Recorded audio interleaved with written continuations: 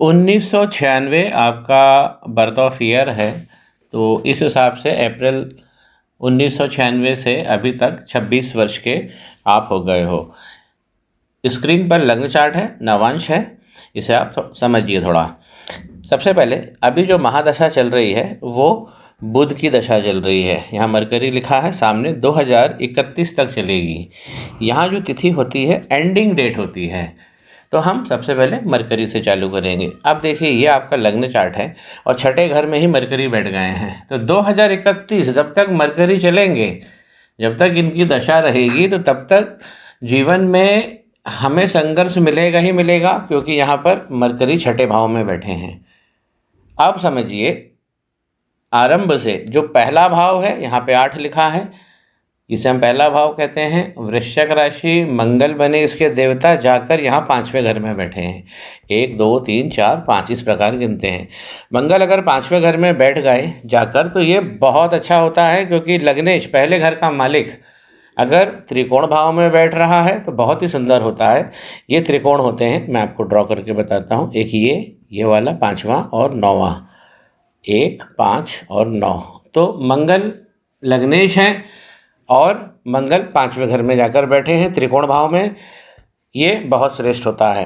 अब जो मंगल हैं 23 डिग्री के हैं, बहुत सॉलिड मंगल हैं, सफलता देने वाले, और 5वें घर में बैठेंगे तो बहुत अच्छा भाव देते हैं। पराक्रम, शिक्षा, ये सब अच्छी करते हैं। अब आप समझिए यहाँ पर 12 लिखा हुआ है, यानी मीन राशि गुरु की ही राशि है।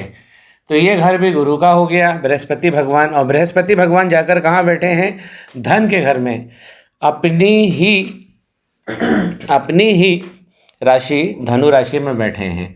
तो विद्या और धन की तो भरमार हो गई यहाँ पर विद्या और धन बहुत सारा मिलेगा। गुरु दूसरे घर में जब बैठते हैं और अपनी ही राशि में बैठे हैं, बहुत बड़े धन के दायक होते हैं।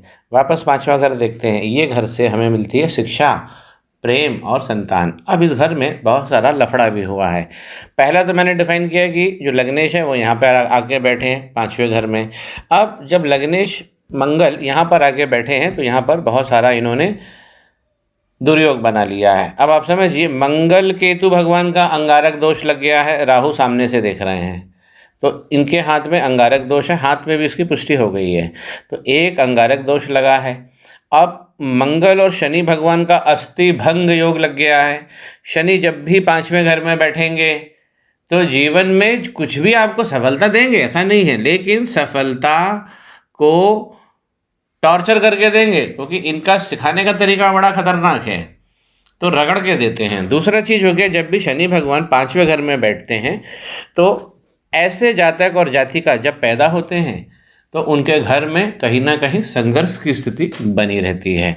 तो यहाँ पे दुर्योगों को समझिए, मंगल केतु का अंगारक लगा है, मंगल शनि भगवान का अस्थिभंग और शनि केतु भगवान का शापित दोष। बहुत सारे दोष, तीन दोष एक ही साथ हो गए हैं।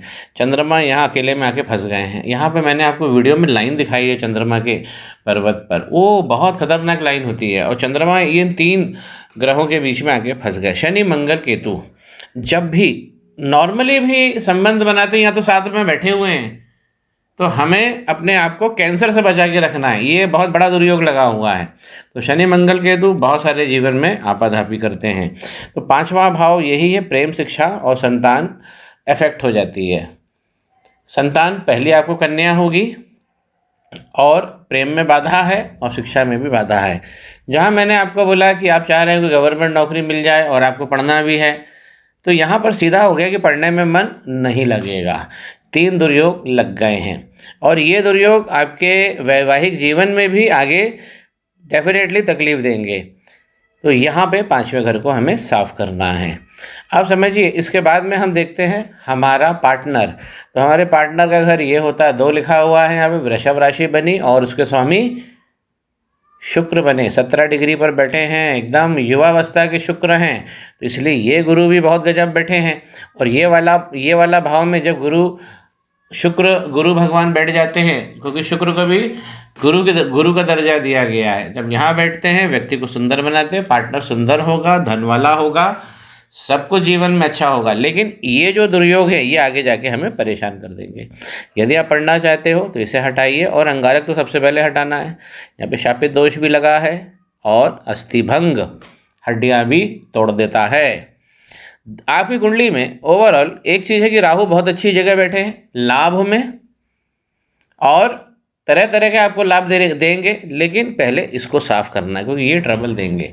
आपकी कुंडली में जो सबसे अच्छा इसमें दिखाई दे रहा है, वीडियो में भी मैंने जो देखा उसमें भी दोनों गुरुओं बहुत अच्छी स्थान पे और अपनी उच्च राशि में बैठे हैं।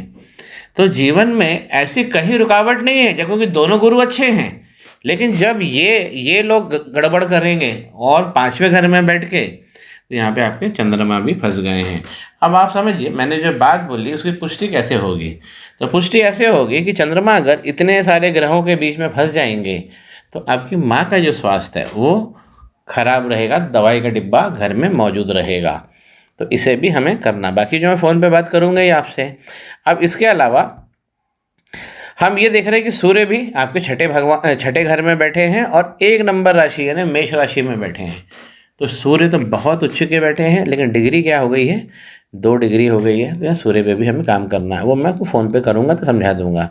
नवांश चार्ट हमारे जीवन का एक मेजर एक्सप्रेशन देता है, किस प्रकार हमारा जीवन जब आगे बढ़ेगा, कौन सा ग्रह कौन से घर में जाकर पावर देता है। तो यहाँ पे केतु मंगल का अंगारक, यहाँ राहु भी है। तो वैवाह में संबंध विच्छेद और ये सब जो है, विवाह में प्रॉब्लम आएगी, विवाह होने के बाद भी आएगी, वो भाव नहीं मिलता है। तो हस्बैंड वाइफ का या तो दुराव हो जाता है, अलग अलग जोग्राफिकल लोकेशंस पे रहते हैं, या उनके बीच में मन मुटाव हो जाता है। और अभी जो दशा चल रही है वो बुध की चल रही है।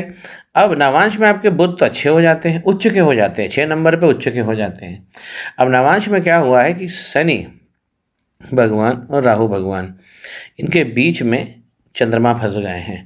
तो इस चंद्रमा जहाँ बैठे हैं यहाँ पाप कर्तरी योग लग गया है, इसलिए चंद्रमा बहुत ज़्यादा डैमेज। इसलिए मैंने उसमें बताया कि जब आप पढ़ेंगे जॉब के लिए तो आपको बहुत सारी दिक्कत आएगी, मन नहीं लगेगा।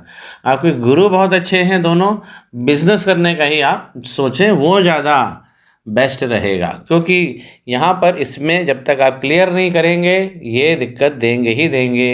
ये 4 प्लैनेट आपके बुरे फंस गए हैं, दोनों गुरु अच्छे हैं। आगे मैं आपसे फ़ोन पे भी बात करता हूँ।